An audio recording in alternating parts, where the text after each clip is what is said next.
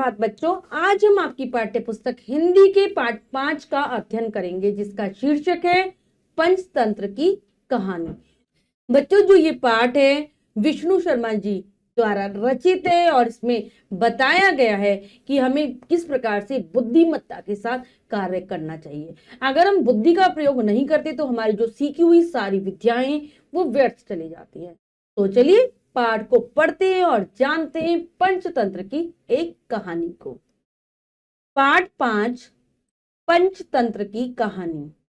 प्रस्तुत अध्याय में विष्णु शर्मा द्वारा रचित पंचतंत्र की कहानियों के माध्यम से यह समझाया गया है कि किसी भी विद्या को बुद्धिमत्ता पूर्वक सद्कार्यों में उपयोग में लाना चाहिए, कि हमें बुद्धिमानी का प्रयोग भी करना चाहिए और अच्छे कार्यों में अपनी विद्या को लगाना चाहिए। तो चलिए पढ़ते हैं। अमर शक्ति नाम के राजा के 3 पुत्र थे।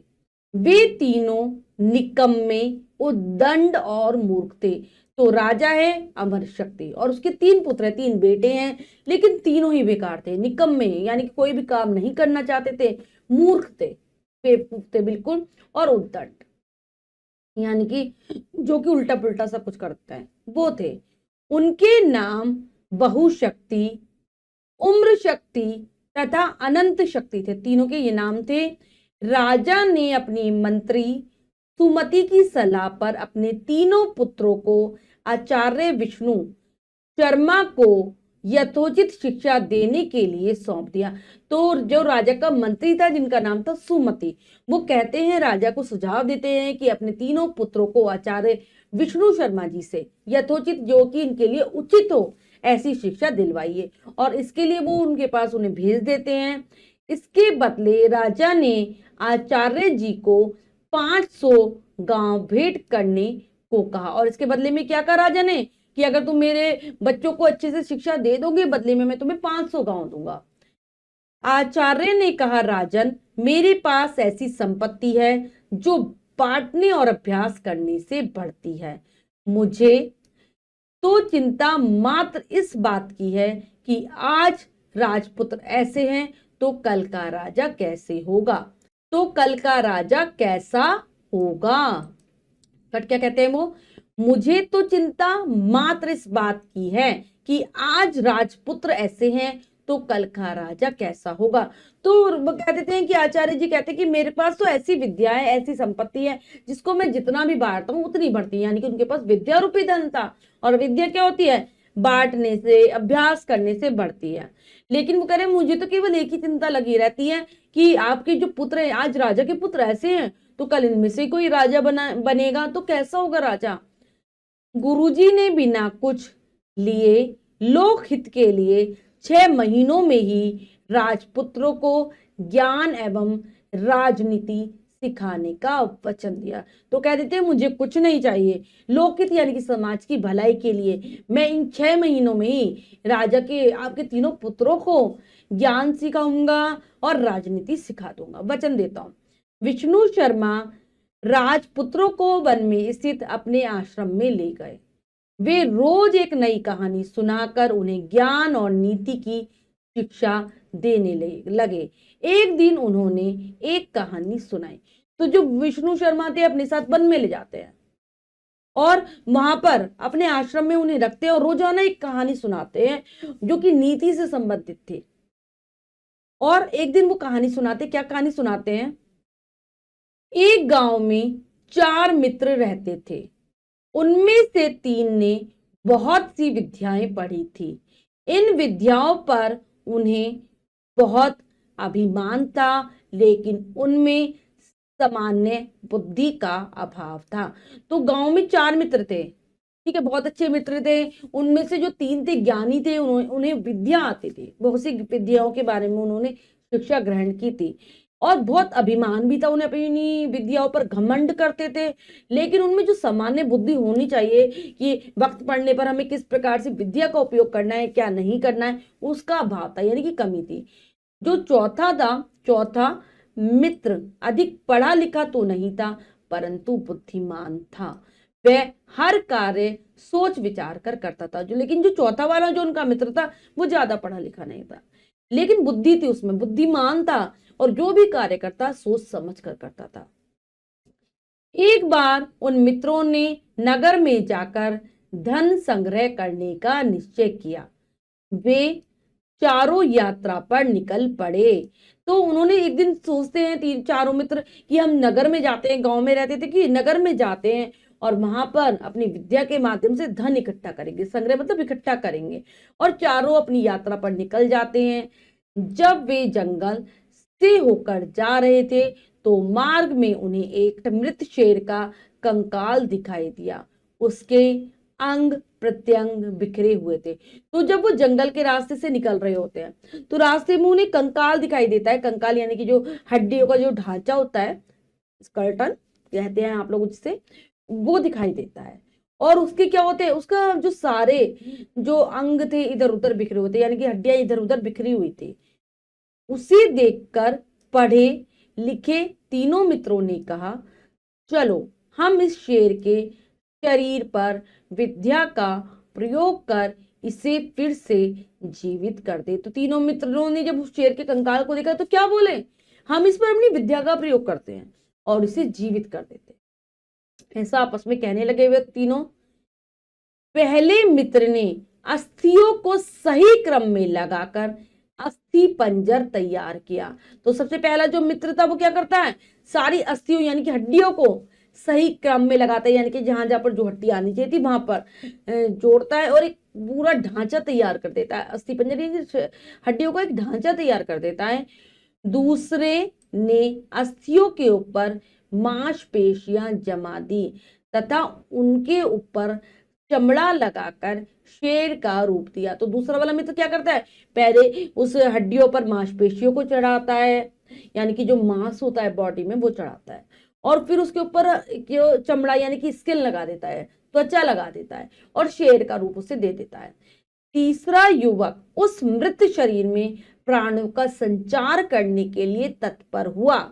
तभी चौथा मित्र बोला, ठहरो, ऐसा न करो, तुम लोग विद्या के प्रभाव से इस शेर को जीवित कर रहे हो, इससे पहले कुछ विचार तो करो कि इसका परिणाम क्या होगा। यह शेर जीवित होते ही हम सबको खा जाएगा।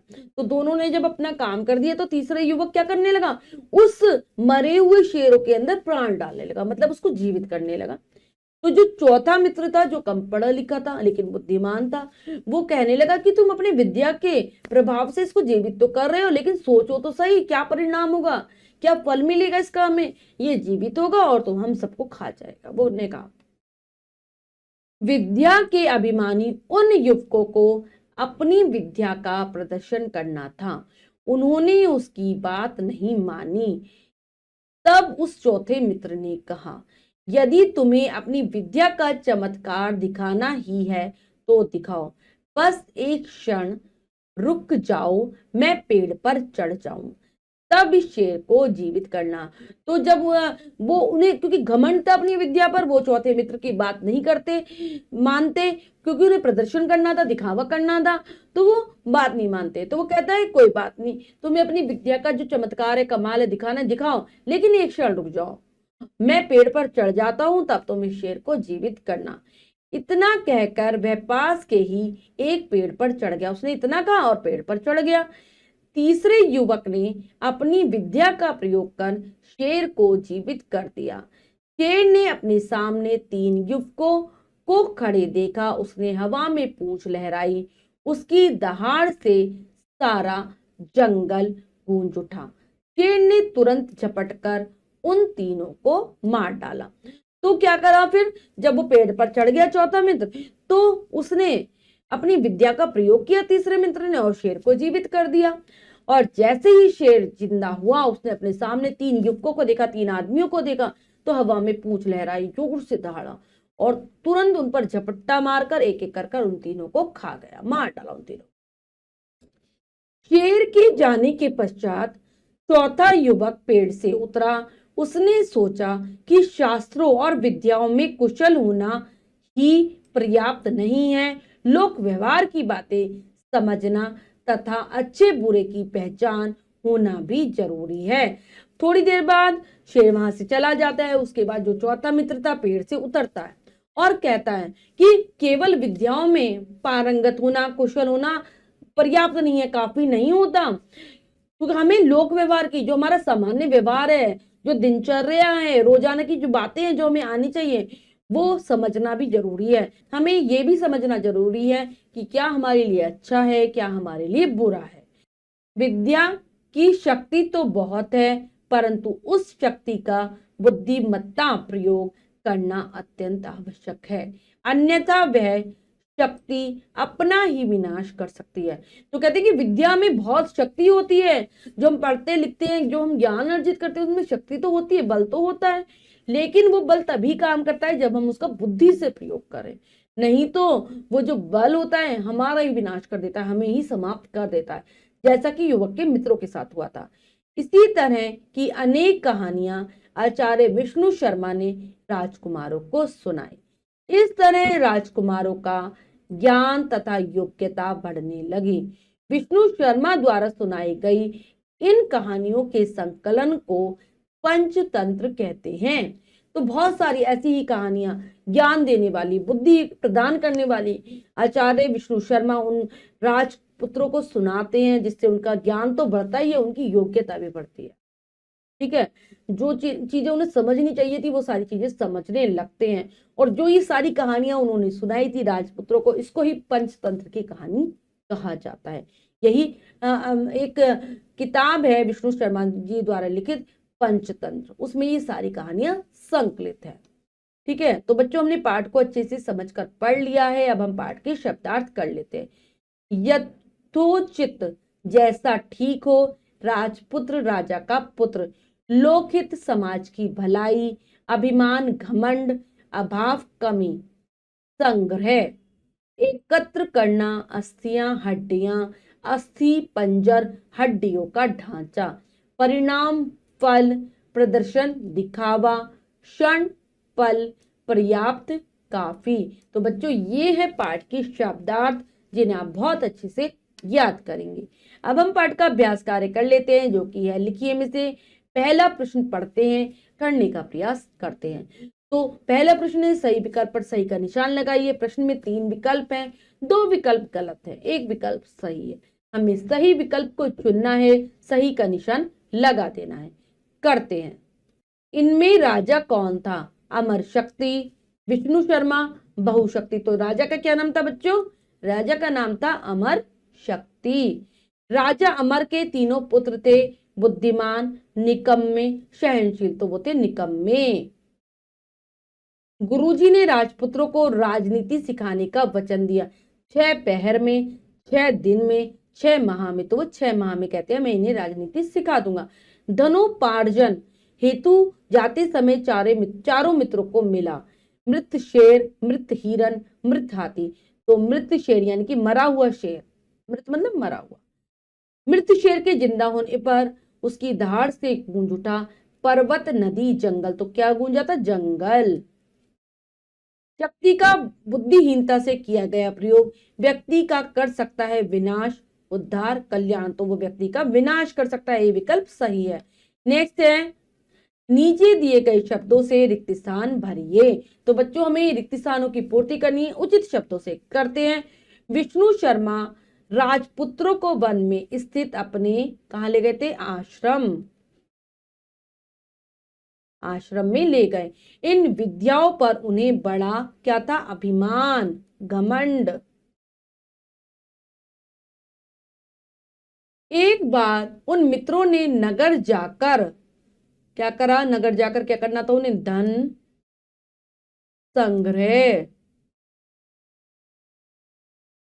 संग्रह करने का निश्चय किया। रास्ते में उन्हें एक शेर का कंकाल दिखाई दिया। विष्णु शर्मा द्वारा सुनाई गई इन कहानियों के संकलन को क्या कहा जाता है? पंचतंत्र।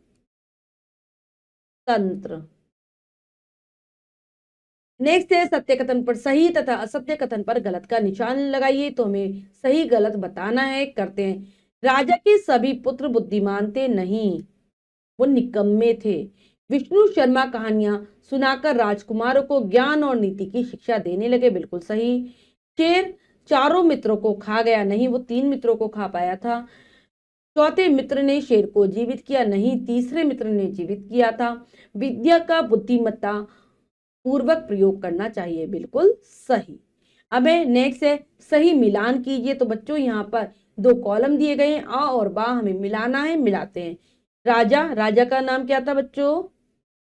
अमर शक्ति।